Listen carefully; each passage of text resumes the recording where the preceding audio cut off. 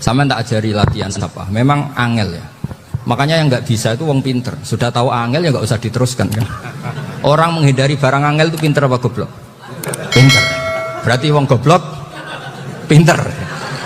Saya tuh makanya sama orang goblok tuh respect. Jadi orang alim tuh angel apa gampang? Angel. Menghindari barang angel pinter apa goblok? Loh, orang menghindari barang angel pinter apa goblok?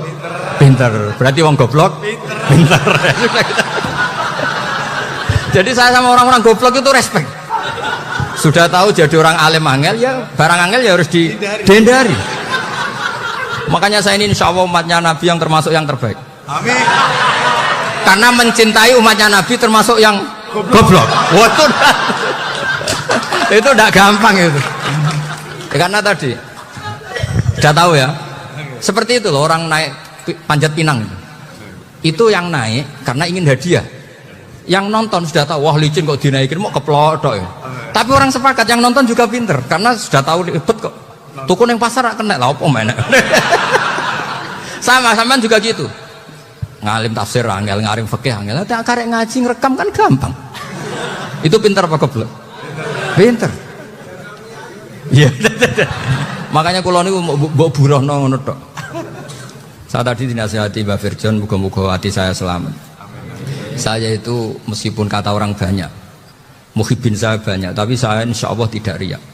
Saya itu pakai kitab namanya Tasbidul Fuad, itu karangannya Sayyid Abdul Al-Haddad. Ketika beliau punya muhibin banyak ditanya, bagaimana ya Habib Anda menjaga hati Anda? Jamnya Sayyid Abdul Al-Haddad itu unik. Innama azzamu Allah. Mereka itu sebenarnya menghormati Allah, cuma butuh sarana, dan itu saya. Jadi saya tahu sama semua itu mencintai Quran, mencintai sunnah Rasul, mencintai hadis-hadis Rasul. Cuma sampean kan karena nggak paham, terus manfaatkan saya. Jadi sebenarnya saya ini korban. Korban. Jadi saya mau riak gimana? Korban kok mau bangganya di mana tuh? Coba sampean misalnya ngaji tafsir, belajar sendiri kan susah. Terkibnya susah, maknanya susah, bahkan beli kitabnya kadang nggak kuat. Loh, untuk jadi alim tafsir itu kan harus beli kitab. Loh, saya sering belajar kitab itu jutaan. Tafsir Tobari, saya pernah beli kitab Fakhrur Razi itu berapa coba? 27 jilid. Karangannya Fakhrur, belum karangannya ulama modern, Imam Sya'rawi. Itu berapa jilid? Itu jutaan. Saya kemarin juga dihadiahi kitab Pak Quraish Shihab namanya Faidul Bari fi Syarhil Bukhari. Pak Quraish Shihab yang terkenal. Dia sering diskusi sama saya. Saya ngasih hadiah beliau ngasih hadiah saya. Oh itu harganya nggak kuat. Dadak kuat kadang di Indonesia nggak ada coba. Dan sama orang hebat menghindari kesulitan itu. Nah kesulitan itu sebab ngaji ikut, kalau nggak paham dirukok rekamannya sudah gitu. Pinter mana sampean sama saya? Pinter sampean kan? Bikin sosis susah beli aja kok repot kan. Nah, makanya nggak boleh orang bilang, wah aku goblok reso tafsir aku wong pinter. Makanya nanti kalau saya ketemu Nabi tidak termasuk orang yang mentahkir orang Islam. Kafa bil mari isman ayah kira akhahul muslim. Jadi cukup orang itu dosa kalau menyepelekan orang Islam, termasuk darani sampean goblok itu dosa. Caranya nggak darani goblok ya tadi di logika tadi. Alim itu angel, nggak angel itu pinter, berarti wong bodoh pinter ya sudah gitu. Tapi tetap bodoh. Tapi ini satu cara untuk saya respect gitu. Coba orang yang ngaji tafsir saya banyak, mungkin ribuan. Itu sebetulnya mencintai Quran. Karena Quran adalah kitab suci yang panduannya umat Islam. Sangat mencintai Quran. Terus kemudian mereka nggak paham. Terus mencari orang yang memahamkan. Burohno lah cara Jawa ini. Terus keren saya itu di mana coba? Lah terus mereka kurang ajarnya gini, kalau paham itu ya alhamdulillah paham. Kowe nak ngaji Gus Bae ngono tok. Tapi nek ora paham, ora nyalano akal ya. Mari Gus Bae nerangno cepet mulane gak paham. Ora kok nyalano teke sing lelet. Oh itu kan masyaallah naudzubillah tenan. Sebetulnya tingkat kurang ajarnya tinggi Gus sebenarnya. Jadi kalau nggak paham itu kadang nggak nyalahno uteke. Kayak mau misalnya, mau mari mikir aja jelas. Padahal misalnya jelas orang mesti paham bodoh. Paham? Jadi kata Sayyid Abdul Haddad, innama azzamu Allah. Sebenarnya mereka itu sangat menghormati Allah. Makanya kita nggak perlu mengatakan wasilah itu kafir, nggak akan. Karena orang tawasul sama Rasulullah itu ingin dapat ridhonya Allah lewat orang yang dicintai Allah. Kita mencintai wali sebenarnya, wah itu kekasih Allah. Kita mencintai itu karena mencintai Allah. Sama seperti gini, kamu mencintai kangkung apa enggak? Sebenarnya sama sekali enggak. Tapi kamu ingin sehat, ada asupan gizi. Kamu ingin tubuh kamu sehat, butuh asupan gizi. Kemudian kamu makan kangkung. Apa terus kamu cinta kangkung? Kan enggak.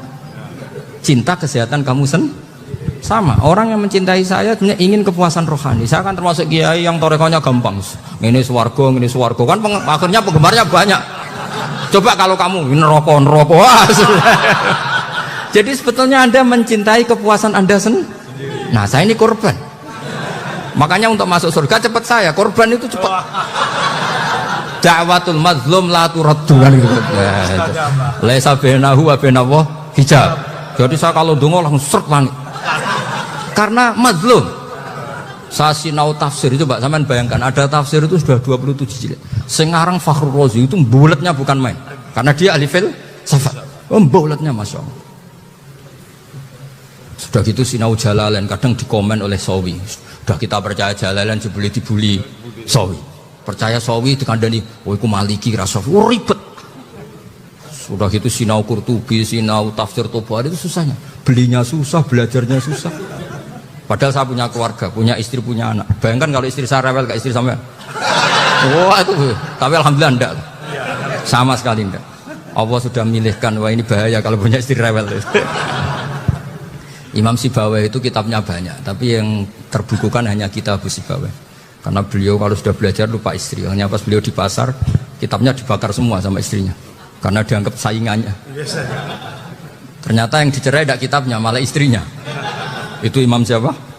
Sibawai. Tapi alhamdulillah kitab saya nggak terbakar, aman. Saya teruskan ya. Jadi untuk menjaga riya dilatih innama azzamu Allah. Sebenarnya mereka itu menghormati Allah. Sehingga wasail-wasail itu sebenarnya nggak pernah jadi subjek pelaku utama, enggak. Tetap Allah. Sebab itu kata Sayyid Muhammad, kamu kok mengatakan wasilah itu kafir itu gimana? Ketika innallaha qad ba'atsa lakum taluta malika. Talut itu ya manusia. PD-nya itu apa? Inna ayata mulkihi ayyatiyakumut tabut fihi sakinatum mir rabbikum wa baqiyatum mimma taraka alu Musa wa alu Haruna tahmiluhul malaika. Jadi beliau PD itu kalau bawa sunduk semacam peti sakti, sing di situ ada baqiyatum mimma taraka alu Musa wa alu Haruna tahmiluhul malaika. Ya kayak semacam jimat. Tapi saya bukan mensyariatkan jimat enggak, karena nanti banyak penjual yang pembohong juga gitu loh. Cuma cerita, kamu tidak usah mengatakan kafir. Dulu Talut PD-nya kalau bawa sunduk semacam peti kesaktian yang di situ ada baqiyatum mimma taraka alu Musa wa alu Haruna tahmiluhul malaika. Sehingga Khalid bin Walid meskipun beliau sahabat dan menyaksikan wajah Rasulullah SAW, itu bawa sya'aratun min sya'aratihi Rasulullah SAW, bawa rambutnya Nabi. Perang kemana-mana itu diletakkan di pecinya. Nanti sama tanya lagi, masa pakai peci Khalid bin Walid ini? Wah panjang, sampai itu repot. Sampai tak warai ngaji usul fikih. Usul fikih itu kalau ngaji itu ada istilah tangkihul manat. Ini mestinya wilayah yang kita bisa berdebat sama Mbah Firjon. Dulu itu musuh saya karena saya makili Anwar, beliau makili Peloso. Tapi tahu-tahu kalah tua terus saya mengundurkan diri. Di fikih itu ada istilah, ada tangkihul manat, ada tahqiqul manat, ada tangkihul manat. Tangkih itu kira-kira gini, lafadz hadis itu dibuang sekian untuk tahu bahwa itu madarul hukmi. Misalnya gini, tak beri contoh paling gampang. Sama harus paham, kalau nggak paham nggak pinter-pinter. Ja'a a'rabiyun ila Rasulillah sallallahu alaihi wasallam. Ya karena ini menghormati Mbah Ahmad Siddiq, saya orang alim, jadi ngaji ini tetap ada suasana alim. Ya harus ada suasana alim. Nggak perlu jadi orang alim tadi, susah. Sudah ngedari susah itu pintar. Sudah itu aja. Jadi orang alim susah, ngedari barang susah pintar. Berarti orang tidak alim pintar. Nah, meskipun tetap sudah itu pegangi sampai mati nanti. Loh, jadi orang alim itu repot. Itu kata Imam Ghazali, kalau orang alim kalau masuk surga itu sama Allah nggak boleh. Kif, kamu nggak boleh langsung masuk surga. Coba cari umat kamu, syafaati dulu. Nah, saya takut nyari sampean nggak bisa kembali. Saya tidak punya rencana itu. Pokoknya mau masuk. Boleh sampean kuadun, aduan balik raroh dewe, wah repot nanti saya. Berat jadi orang alim itu berat. Ya saya teruskan ya. ada tangkihul manat. Ja'a A'rabiyun ila Rasulillah sallallahu alaihi wasallam. Faqala ahlaktu wa ma ahlakaka qal waqa'tu imraati fi nahari Ramadan. Ya sidang kita, saya ini rusak ya Rasulullah. Kenapa? Karena saya menjima istri saya fi nahari Ramadan. Terus kata Nabi, kamu harus bayar kafarah. Napa Nabi kafarah? Puasa 2 bulan. Wong baru 1 hari aja terjadi gitu kok disuruh puasa 2 bulan. Ya tidak kuat ya Rasulullah. Baru berapa hari saya puasa aja kecelakaan seperti itu. Apalagi kalau sampai 2 bulan. Tidak ya Rasulullah. Ya sudah kalau gitu kamu pertama ngasih makan apa? Itqu raqabah kan, pertama merdekakan budak. Tapi kan sekarang nggak ada budak makanya terus sekarang langsung puasa. Wah ini nggak bisa semua. Ya sudah ngasih makan orang 60. Kasihkan siapa ya Rasulullah? Ya orang fakir. Saya ini paling fakir. Di kampung saya ini orang paling fakir. Jadi mulai dulu orang fakir itu hubungan suami istri itu paling lancar mulai dulu. Makanya orang fakir itu anaknya banyak karena hiburannya hanya itu. Wong Ramadan aja. Coba mau ke ATM nggak punya uang, mau antri di bank nggak punya, mau apa coba? Itu mulai dulu. Ini sanatnya mutasil. Wah, akhirnya sudah sanksinya kan tadi ya itqu raqabah atau puasa 2 bulan berturut-turut atau ngasih makan 60 orang miskin. Lalu kata ahli usul fikih, kata A'rabi dibuang, nggak menjadi catatan hukum. Orang kota pun kalau melakukan itu juga kena sanksi yang sama. Imro'atau juga dibuang. Andai kan itu dilakukan untuk amatnya juga ketentuannya sama. Nah sekarang perdebatan antara Imam Syafi'i dan Imam Malik begini. Sekarang pertanyaan gini, jima istri itu hukumnya boleh apa haram? Boleh kan? Lalu kalau ada orang tanpa udzur kemudian makan siang-siang, cara Imam Malik hukumnya sama, harus kena sanksi yang sama. Karena sama-sama hadku hurmati Ramadan bi ghairi udzrin syar'iyyin. Sama-sama merusak hukum Ramadan tanpa udzur syar'. Lu jima itu tidak zina. Kan hukumnya jaiz. Nah, sekarang makan hukumnya jaiz, harusnya juga kena ketentuan yang sama. Cara pikirannya Imam Malik.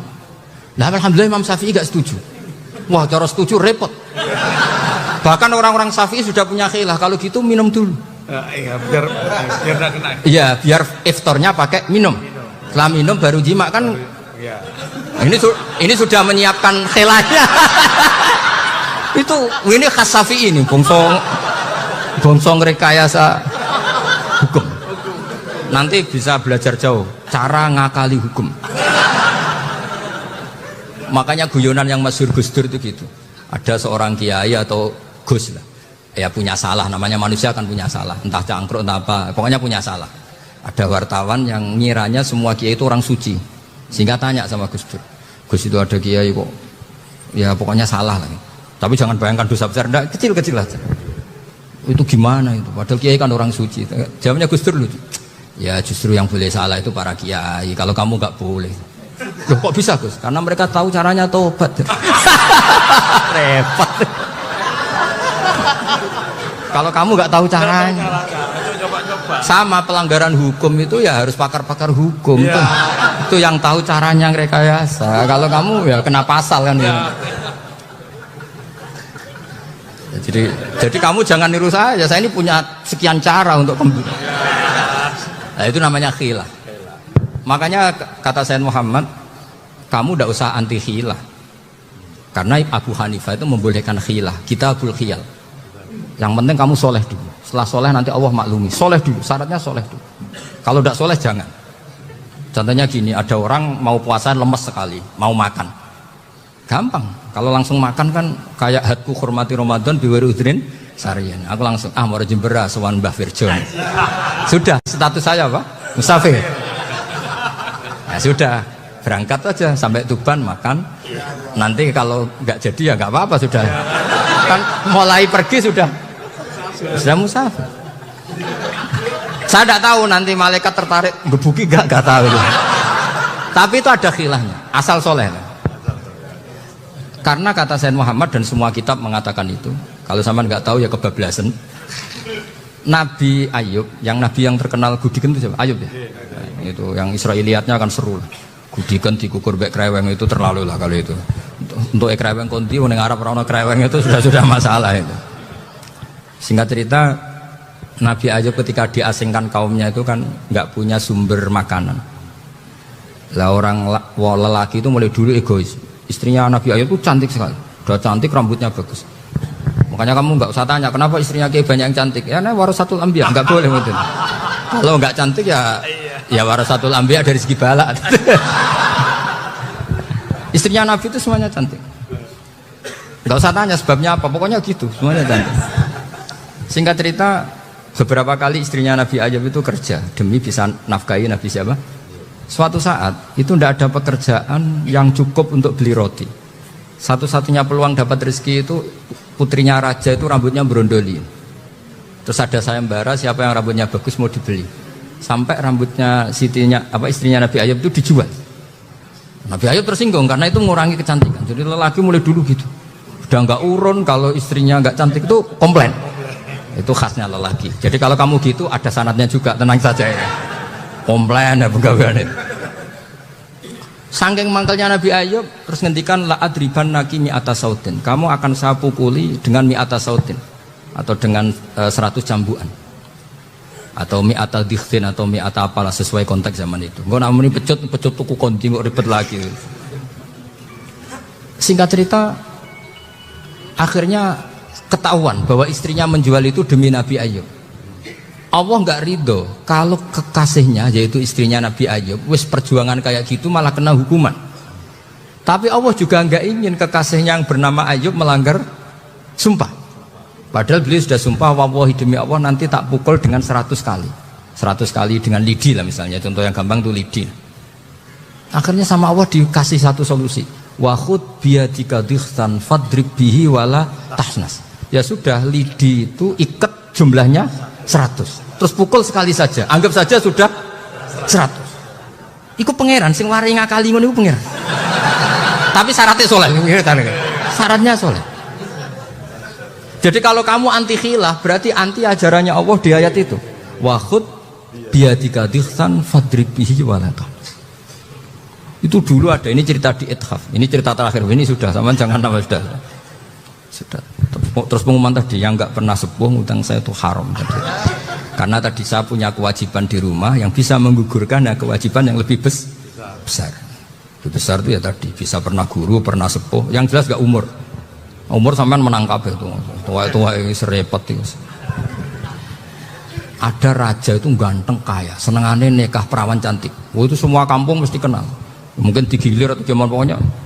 Suatu saat ada pemuda suka sama perempuan yang di kampungnya, cantik sekali. Kemudian pemuda ini ternyata pekerja di kerajaan itu. Tiap hari ditanya, oh itu yang di kampung yang cantik siapa? Mau saya nikahin gini. Wah bahaya ini, saingannya raja. Jadi yang dibidik pemuda tadi itu saingannya. Si raja ini orang yang namanya raja kan gengsinya tinggi. Kaifatang kihuha wa qatra itu qad qabbalaha rajulun. Kok mau nikah piye? Saya tuh pernah melihat dicium lelaki. Wah, gak mau. Gak gelem, kadang ditambung lan waqat qabbalaha rajulun. Saya pernah melihat sendiri qabbalaha rajulun, dicium oleh lelaki. Wah, sudah gak minat raja langsung. Gak keren. Suatu saat pemuda tadi nikahi perempuan itu. Rajanya marah-marah. Kamu lelaki gak punya harga diri gini. Gak punya selera, gak punya harga diri. Sudah pernah dicium orang kok tetap dinikah. Terus bilang ke raja, takrif manir rojul, lelaki itu siapa? Abuha. Kamu tahu lelaki itu siapa? Sopo? Abuha. Bapaknya. Saya kan hanya bilang rojulun. Pernah dicium lelaki. Lah pikirannya raja itu lelaki kue-kue yang ini. Tapi butuhnya canom mau rojo ben gak sido itu aja tuh. Baru kayak digulirkan gitu, wakot kebalah rojulun. Nggak mau. Setelah itu suatu saat pegawainya tadi nikahi perempuan. Kamu nggak punya harga diri gini. Kamu tahu mandir rojul apa abuha? Nak ngono aku gak apa-apa. Lah monggo sakniki wis bojo kula. Ora trimo wis diambung wis macam-macam. Lah itu namanya khilah. Apa? Khilah. Kalau di Balawa disebut tauriyah atau apa. Tapi saya tidak ngajari sampean seperti itu. Sudah pinter sebelum saya ajarin. Bangsa ngakali kan sudah pinter. Ya ini terakhir tak baca Arabnya saja nanti. Bismillahirrahmanirrahim. Biar dapat barokahnya Syekh Nawawi juga barokahnya guru-guru.